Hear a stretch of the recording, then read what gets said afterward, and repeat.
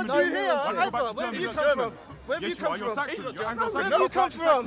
Where do I come from? No one's seen you. I support this country. I support our armed forces. I support. Really? Listen, Yeah, go back there. you haven't got any source of any substance of anything you say, rather than just hate against non-Muslims. Muslims have been coming there for years, giving dawah, promoting Islam. I've got no problem with Muslims standing in this park talking about Islam. What's your issue? You are my issue. And you are my issue. You are my because issue. I tell you why. Because you're not preaching the right things. What are you talking about? What are you talking about? Breathe it, motherfucker. What are you talking Breathe about? it. Huh? What are you talking about? I'm talking about you. No Tramp. one supports you too. Yeah. You should leave this park. You should leave. You should leave this park. And every Muslim today that supports peaceful Islam should be making this. I'm a tramp. Islam is the truth. Ah, blue in your face. And I'll do it again. What are you going to do? You spit on my face. When you rape children, If you spit on me, that's a form of assault, and I'm legal out to defend myself. You know Well, then that? fucking defend yourself. If you spit on me, if you're speaking for yourself. I said if you spit on me again, I'll defend myself. Is it peaceful? Is it peaceful? It isn't. You see, Because no one wants you here, You're peaceful, and all innit? you're This- doing is creating a crowd around two jihads. What is yeah? it? Jihad. Jihad. What's your jihad? What's your jihad next door? What's your jihad? Allah Akbar, you motherfucker! Listen, Muhammadur Rasulullah. Yeah, we know what it means. Shut up, man. Dirty kafir. Shut up. Hey, don't touch me, don't touch me. Hey, Carry on talking, no, you're scary. Shut me, scary. Why don't you go outside with him then? Take him outside then if you want this. Shut up. Don't bring everyone else. Don't bring everyone Suicide else. Solomon. See you later, Suicide Solomon. These guys say we're violent, asking to fight. These are peaceful Muslims. Shut your mouth. You don't know anything about Peaceful, Islam. peaceful Muslims. All peaceful. You will be escorted out of this town. Listen, you don't represent Islam. You don't represent Islam. ISIS. You represent Yes, ISIS. yes. You represent ISIS. Relax, man. Relax. Fuck ISIS. What? He ain't wrong though. He ain't wrong though. He ain't wrong. But that's not dialogue, bro. That's not dialogue. Okay, dialogue is that. No. What? It's alright, man. Look at you, man. No, him. Fucking If you want to fuck him, no, he was the fuck. Man like girl. I like girls, bro. Chatting up at the 20 here. Sophia. You're ISIS What's bandit wrong with trapper. that? Come on, man. What's wrong with that? What's wrong with that? ISIS are all gays. ISIS are Someone's gonna say something in a bit. Shut up, man. Shut your mouth, Someone's man. gonna I'm say saying this, something. you don't represent You know Muslim you don't want to go You there. don't. You You're represent Someone's Shaitan. gonna- You represent You're Satan. Rafidi, so shut your mouth. No, this is with him and Modine. You represent Satan. You should not be in this park. Why not? Because Because you don't believe in freedom of speech. I believe in freedom of speech, but what you're doing, Everyone what you're doing is not It's legal. It's legal. I'm not hearing everyone else Would you here defend my saying freedom of it's a speech? fucking shitty country. and everything, mate. Every Muslim that is standing around us now Yeah. would not agree with what the shit that comes out of your What have I mouth. said? What have I You said? support. Does anyone else here support Anjem Chowdhury I said and what he I does? didn't say I Does support anyone support? I said he's a Muslim brother and I stand by any Muslim brother. That's what I said. Muhammadur All I'm trying to do is Rasulullah. But you Muslim. twisted my words. He You should work for the sun, Danny. incites hate. He incites hate. Really? He incites hate Fuckers, and Who violence did he incite? against. Who did he incite? Who you did he rat. incite? Who did he incite? Yeah, but He has tried. Right-wing groups that do that, man. What There's about a lot of other groups You that do saying? that as well. No, absolutely. But we should condemn. They ain't going around spreading, you know what I mean, peace and love. He's spreading hate. He's inciting violence. No, he's not inside violence. He's not inside. Wait, how is he inside? How is he inside violence? Name me how he's inside violence. How is he inside violence? Some of the things he said about, Muslims on this day got away with this. Oh, mate, come on. Come on, don't old mate that. You quoted him 10 years ago. Quoted him 10 years ago. Quote me something in the last 5 years that he said. Well, listen, I can't quote him something in the last 5 years. Why? But you've Are you just telling told me he's me. changed from being that person? 100%. Tommy Tommy himself will say there are peaceful Muslims. But now No. That was a quota from a conversation he had years and years ago after a terrorist attack. Levels of frustration were very high. People say things when they're very you just frustrated. need to put your finger But on the I'm pulse of asking the you- demonstrations I'm asking you- when they gather, when these groups gather, or EDL or whatever these groups. There's always kick-offs, there's always violence, there's always drunk people. The last court case, everyone was peaceful. The only Well, that would have had to be. It would have been prepared beforehand, didn't it? Everyone chill out and don't fuck this one up. Do you know what I mean? When was the last fuck up? Come on, man, you're not being fair. Listen, You're not being there was a fair. tiny minority. I'm saying if he's saying that you're wrong for kind of having that ISIS stance. What? So you're comparing ISIS, Tommy Robinson? I'm just saying listen, I'm not comparing. I'm saying they're Are both you Muslim extreme. yourself? I am. You're Muslim, okay. I'm saying they're both extreme. They're not. They're not. It's extreme. His ideology is extreme. For someone to say all the Muslims should leave this country, that ideology is extreme. Do you understand? Think about what you're saying. I know you are. I know. Anyways, like I said, yeah, we can. This conversation's getting dead now, isn't it? Yeah, because we're not interested in you. Then why'd you come and speak to me then? Because I'm waiting for you to I'm fuck interested off. in him. Because you are a hate-filled. So hang He's on. not though, innit? You're not being fair, innit? He's not, innit? He's But- not. No, you're not Are being you fair. joking? Do you know this? Brother, you know, can I say something? Can I say something? Look what Saudi's doing right now. I'm not Just I'm because you not won't gonna talk actually say those words, which I would say, like fuck Andrew Chowdhury, fuck ISIS. He's got a principle which says I can't say anything against any Muslim. Right, wrong, indifferent. That's what his principle is. That's what he's putting forward. That's wrong, though. That's wrong. You see That's fine for you to say that. No, but you should feel that's You know, wrong in as well. Yemen, I do. Brother, in Yemen, 8 million kids gonna die because of Saudi bombs. And where's the bombs coming from? America and USA. One second, America and USA. Exactly. So this is a message to Theresa May. They're wrong as well. They're all wrong. They're wrong. Yeah, 100%. I'm saying Listen, they entered those countries for oil. They entered them countries for oil. We know that. We know that. We do know that. But that 8 million people are going to die in Yemen now because of Saudi Arabia. Now, I think we should be addressing these people in Yemen. 8 million children are dying right now as we talk. That's more you important. condemn Saudis for what they do. I hate the Saudi regime. But they're Muslim. Yeah, but you know in Saudi Arabia that's not even. They are. They're Muslim. Muslim Brotherhood. Well, hold on. So you're picking and choosing which Muslims you're going to condemn? That's the point, innit? Oh, come on, man. Come on, man. We've just stood there. Yeah. And you're calling him a kafir. If he's a Christian, to me he's a believer. You understand? A believer in God, bro. See, you don't even know what you're calling talking him a about. kafir. So these are all They are ideological Muslims. differences. They They're follow ideological Islam. The Saudi government, listen to me. Surah Al-Ma'idah, Allah said you're one of those whom you ally with. Who are Saudi's allies? America, Britain, Israel. Listen, they're all kind No, of all in it's a Islam. nullifier of Islam. No, It takes you out of they're Islam, out it's a of Islam. But what nullifier. I'm saying, That's what you don't understand. they're trying to say they're They're not. hypocrites. They're hypocrites. They're hypocrites. So you've made takfir on me, now you're trying to teach me about the nullifiers of the deen. I'm Alright, asking- Sheikh, No. thank you. I'm letting you know that I know. You're letting me know that you're an expert on Islam If you now. ask a Saudi He's not saying he is. what he was, he'd Why is say he he's a talking Muslim, like wouldn't he?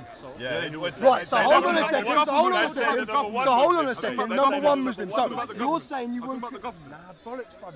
You're saying about the 5 government. minutes ago you said I can't. He just said he can't say anything about Muslims because that's how he is. Yeah, he can't I'm say talking about the that. government. But now, This is the clause. They don't call them Muslims. That's what they say things about. Exactly. I explained how they're not Muslims. Evidence from the They Quran. are Muslims. I gave evidence from the Quran that they're not. You don't think they're Muslims, but they No, are the Muslims. Quran says they're not. But you're still Because making it Allah like a says- general Allah sweeping says in Surah statement, brother. Do you know what I Al-Ma'idah, mean? if you Listen ally to with him. people, That's if what you he ally said. people, you That's become what one he of said. them. They're Go on. allied with Israel, You agree America, with what he and says? Britain. No. All enemies of Is he Islam. talking bollocks? Yes. No. You're talking I'm quoting. absolute bollocks. So you got him to call Surah Al-Ma'idah a surah in the Quran bollocks. Wow. The lengths people will go No, to. don't say that. That's not what he said, and that's not what happened. Come on. Don't say that. He didn't say that Quran Do you ayat not is think that's a bollocks, bit Master. strange, They didn't say that, bro. considering you converted to So what do you Islam? think he's trying to do then? You've got For no saying such a Muslims thing? here that will support you.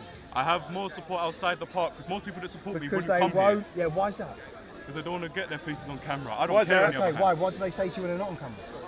When they say Assalamu alaikum, I love the message you gave out last Which week. is what? Which is the message you gave out last week? Which is what? I wasn't here last week. Okay, well, you just said, okay, the message you said you gave out, what message was that?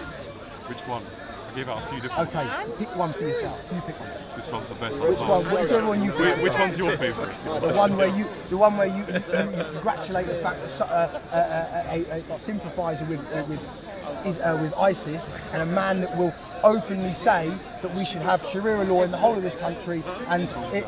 What's wrong with that? Saying Sharia law, Why did you confront Abu Nothing wrong Yemeni with though? Sharia. Last week when Abu Yemeni came, what did you confront him though? Who's that? I don't know. He's a Jewish guy. Show me him. He's the same Show me person. Show me him. We'll talk about it. Not a problem. You should confront him as well. Yeah, that's fine. You always confront these though. Why didn't you confront like Abu Yemeni? Because these are extremists. You're not. Yes, we condemn them all the time though. That's why. Okay. He said it's okay to shoot kids in the head and he made humour about it. You're quite selective though. You're quite selective. You take my phone number and text me when people turn up, mate. I don't know what's Let him go and research him now and give him a chance. He's a Robson supporter though. He's just as bad though. He's just as Yeah, bad. I'm just as bad for what? Seeing as this conversation What? So I've just stood here and said that I support any Muslim that's hard working, law abiding, You have stood and by understands. Tommy. I will stand by Tommy. 100%. Tommy Robinson has uncovered. Do you know the only reason that now the whole of the mainstream media, day after day, are now reporting on hundreds and hundreds. Muslim Pakistan, yeah, we know, mate, because that's what we've been doing. Do you know what I mean? He's been spreading this rhetoric. Do you know what I mean? Men have been taken advantage of of the vulnerable, yeah, and that is the act, that is the crime, yeah. Is it man white has men? taken. It doesn't matter. It's not there is online. If it matters, listen. If it matters, with all due respect, then we know the majority is white men who are doing online. it online or solo, whatever. There's a difference. There's a difference Do you know between what I gang mean? But to raping. pinpoint There's a and difference focus between gang down. raping.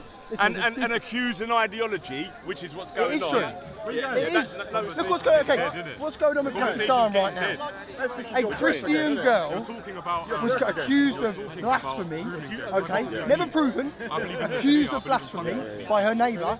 She was put on death row for 8 years, and now they are trying to kill the judges. They're trying to kill the defence team. They're rioting in the country. They want her hung and they rape them publicly. And the punishment for rape under Sharia is death. Of course it's not. So But I've, Do you not think that Islam's got something to do with that? My mum from back then, my Okay. wife's from there. Do you I've not been there. think- I go okay. there I would go 2-3 Do you times not a year. think there's Let any me tell you, connection? There's a connection between these Islam stories that and you guys have got more stories here than we even hear about these things out there, bro. I've never, in all the years, I'm like 40 years old, in all the years I've been there, never have I seen or heard of a hanging or neither of these things common out there. You don't If think you're it gonna, no, I'm not saying that. I'm saying if you're going to pick isolated incidents, anecdotal situations, yeah, because some of these things will go on maybe out in the villages. Yeah, if you go into the city, it's no different to walking around like here. No, I think there are backward people. There are people who are fucked up in all parts of the world, bro.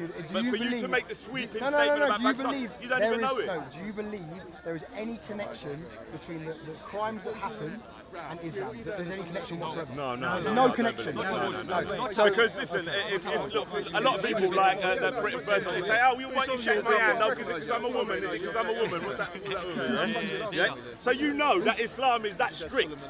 Yeah, that you can't even shake a woman's hand according to their ideology, and you would use it as an argument. Oh, you can't shake a woman's hand.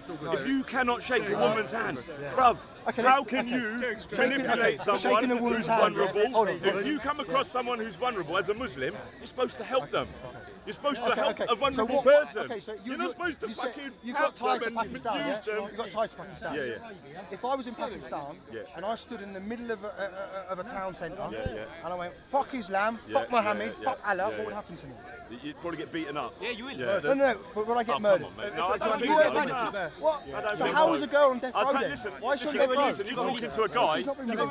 Listen, you're talking to a guy who's a Shia. I'm a Shia Muslim. Yeah, I'm not like a Muslim. We've been persecuted for 1400 years for standing against the people that you only just realised are wankers. You just realised in the last 10, 20, 1400 years, yeah, Shias have been getting persecuted, killed, bombed, maimed. I've got family out there that have got attacked and killed by these people.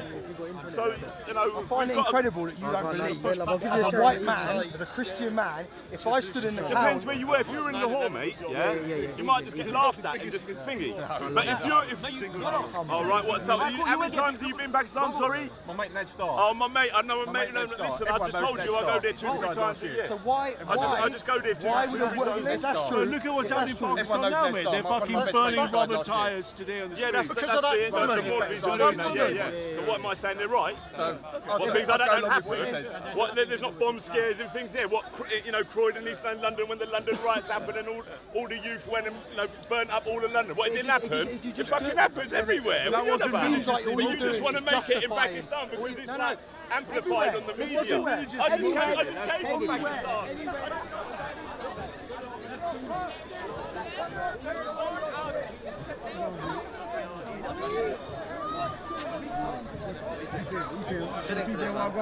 Oh yeah, man, what are you saying? COE every day. Hey, what's the procession today about? Procession, it's been 1 year since last year, isn't it? Do you remember it? That wasn't a good day for that guy. Well, it's been a year though. You guys know what the procession is. It's for Imam Hussein. It's to commemorate his death. 1400 years ago, the Prophet's grandson died, dying for social justice. 72 members of the Prophet's family were martyred. So the procession you see behind us is essentially Shia Muslims coming out to commemorate the death of the Prophet's grandson, because they want to stand for the true interpretation of Islam, and that is the Prophet's grandson, Imam Hussein. So they come out to show that they do not believe in a lot of people call themselves Muslim today, innit? You have ISIS call themselves Muslim, Janabat al-Nusra, Al-Qaeda. But the thing about Hussein is the people who killed him are also Muslim. And so we see these acts of terrorism like the groups you see today is nothing new. It happened to the Prophet's own grandson, it can happen to anybody today. So if you really want to disassociate from these extremist groups, hold on to the true interpretation of Islam, and that's Hussein. That's the nutshell. But yeah, you know what it is. Respect. Yeah, it's You saying you been in any discussions today? No, man. Not a lot of people talk to me anymore, man. Yeah, I've got that aura about me now. No one talks anymore. Well, you got my brother coming in slowly. But yeah, my brother's coming in slowly. He's gonna make a move. Brother, if Raj is there, you might want to get that in still. I don't say, let me say something. This guy, yeah, and he's Islamic chocolate propaganda channel. Man's making up On go Razik. live, you know, go live. This guy here, yeah, Raza, Shia Takia, and his brother, Shia Blade Liar. Yeah, I like them, but on the net, yeah, they full on do Takia. Full on, man. Full on on blood, bro. We Takia. can't help it, Full right, on man. Takia. I've condemned Modi 50,000 times, and the Indian government. Do it once more. I condemn Modi. He's a prick, a terrorist, and a fascist. The RSS Stop talking about yourself all the time. And the the BJP need to be ousted. They are the enemies of the Sikhs. Everyone. Enemy, but not for Hindu fundamentalists. And for Muslims? Yeah, more than an enemy. More than an enemy. Gujarat was an atrocity. So you're gonna take it back. Consistent. I like it. I like consistency, Rod. Khudafis, Rod. You saying, Roger? What you saying, bro? I got you. Cool. What you saying, bro? Habibi, what you saying? Strolling around, yeah.